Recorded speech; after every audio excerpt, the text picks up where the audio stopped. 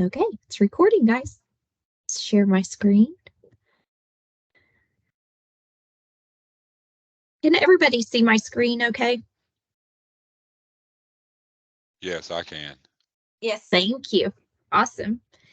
Okay, so today we're going to learn the arts of sales, becoming the expert, intent, evaluation, and purchase. Sales is an art. I don't know if everybody knows that. It's something that we can progress in and make ourselves better. It's something that you have or you don't. So it is an art. So sales is a delicate balance of persuasion, psychology, and understanding of human nature. Here are some psychological hacks that you probably already do on occasion, but now you can recognize them and do them consciously, putting you, not your subconscious, in charge of your sales potential. Give less options. Guys, when we start talking, I don't know about you, but whenever I am meeting with a beneficiary, whenever I ask them what they're looking for, what they have, things that involve them, what I'm doing is I'm minimizing the list of options that I am going to give them. So lots of options feels synonymous with freedom. But for you, lots of options is synonymous with no sales. By utilizing a needs analysis, you can identify what is important to the beneficiary and narrow the number of plans you offer. Prioritize the fear of loss over reward on gain. Our brains are programmed to avert risk. Our brains are programmed to find risk, to do everything necessary to keep us from taking that risk. And there's nothing wrong with telling your customer what they'll gain. The real hard hitting selling points are going to be creating the fear of what they will lose if they don't have the right fitting plan for them. No, not a fear tactic, but you do have to let them know the consequences of choices. Sales is 80% listening and 20% talking. Anytime I work with new agents, this seems to be the biggest challenge, guys, because we already want to jump to what we think they're going to say. We already want to say, I have the answer, but we need to listen to what they're telling us, because what we may have in our minds as a solution for them, if we don't listen, we may be way off the mark. And at that point, they're going to think, I don't trust this person. They didn't hear what I was saying. The most important thing to understand in sales is that it is not about you. It is about the customer. It's all about understanding their needs and problems and presenting a solution that meets those needs. This can only be done by spending the majority of the conversation listening rather than talking. The best salespeople are often the best listeners. They understand that in order to sell something, they need to first understand the customer and customize plan offerings based on their needs. Remember, people buy from people. They want to do business with someone they like, someone they trust, and someone they can relate to. With this in mind, build a good rapport and always be authentic and genuine. Never be fake, guys. Start with who, what, when, where, or why. Open-ended questions are essential. They allow you to really get to know your beneficiary and understand their needs. By asking open-ended questions, you get the customer talking and find out information that you otherwise wouldn't by just making small talk. These questions would include, what does your current plan look like? What are some challenges you're currently experiencing? What are some things you would like to see covered in a different plan? Closed-ended questions are typically used when you're ready to close the sale to gain the commitment and take away any objections they may have.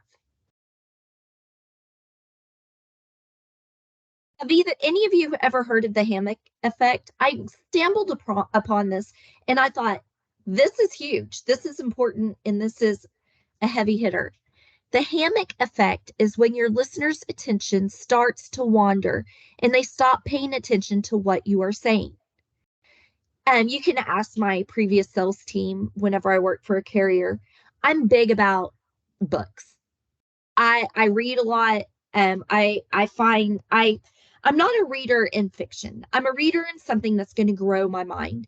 And so I tend to go towards, because my entire career has been in insurance, it's going to lean towards reading to gain knowledge to grow my career.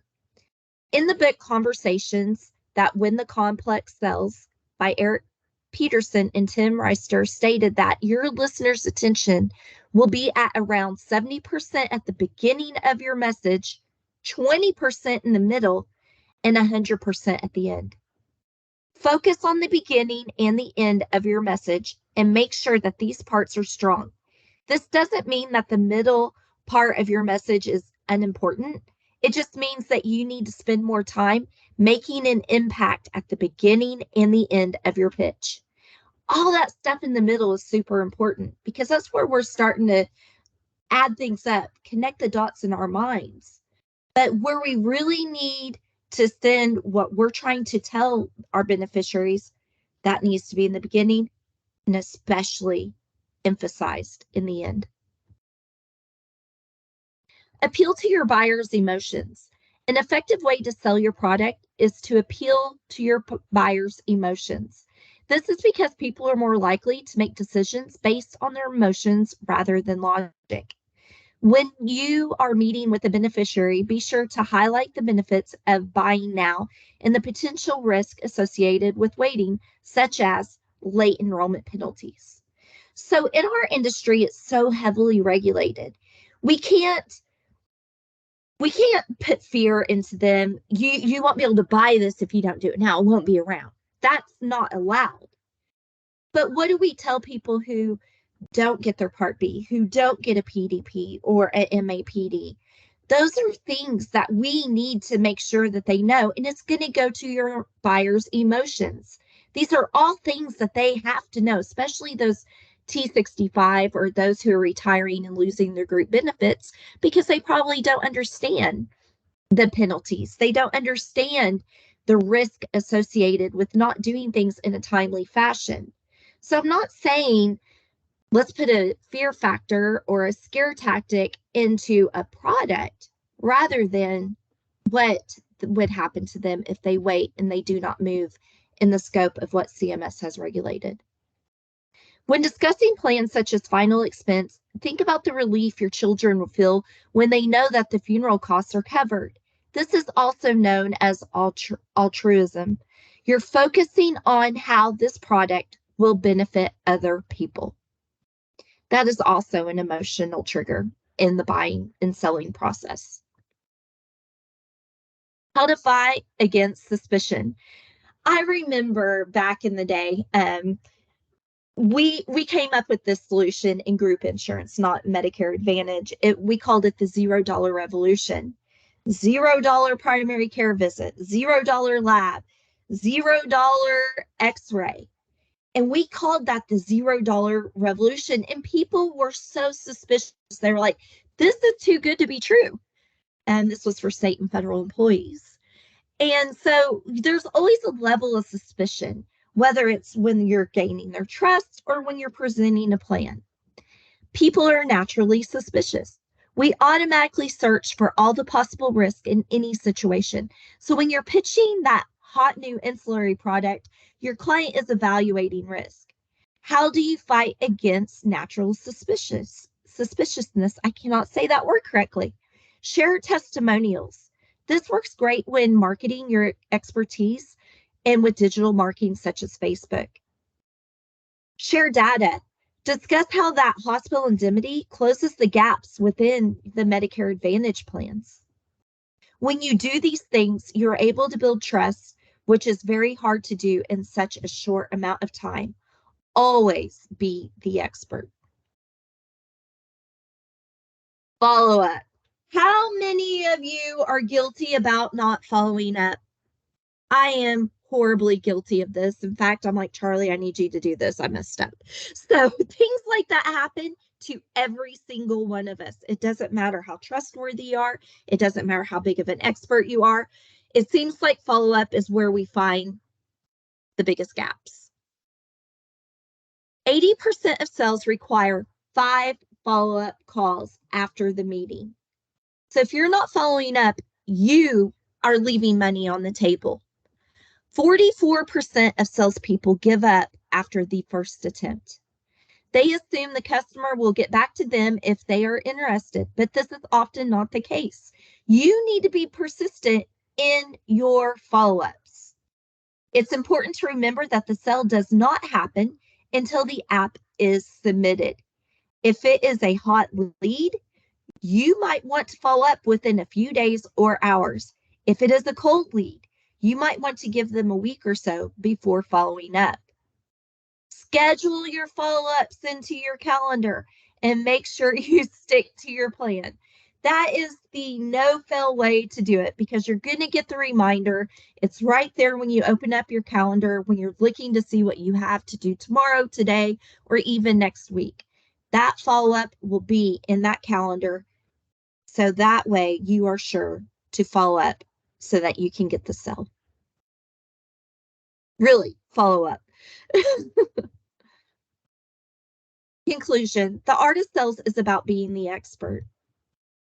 An expert knows the psychology behind every sale, listens more and talks less, asks open-ended questions, earns trust, and always follow up.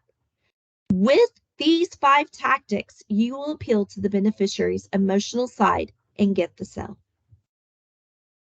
Thank you, guys. I'm Taryn Mott. I am the Director over Provider Referral Operations and Agent Training. If any of you ever need to get a hold of me, that is my cell phone. You can text or call. And then my email, of course, is taryn.mott@medicarecompareusa.com. Do I have any questions?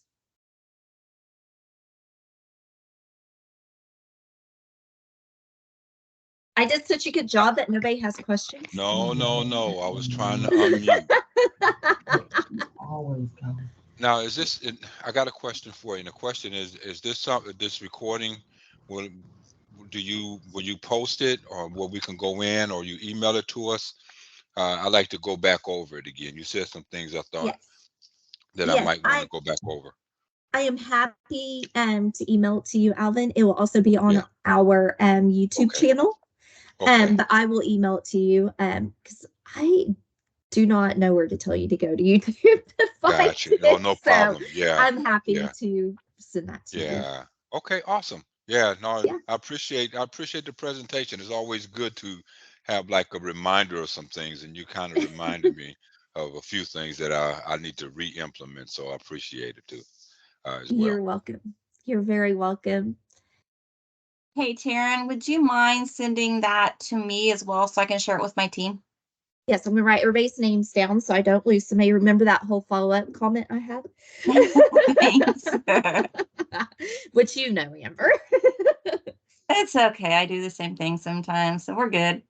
Amber and I have worked together over the years, and she knows to give me some friendly reminders. Okay, guys, I will send those to you, Alvin and Amber. And if anybody else would like it, feel free to call me. Feel free to email me, and I will get this recording over to you as soon as possible. Thanks, Taryn. You're Thank welcome. you very much. You're welcome. Bye, guys. Bye-bye.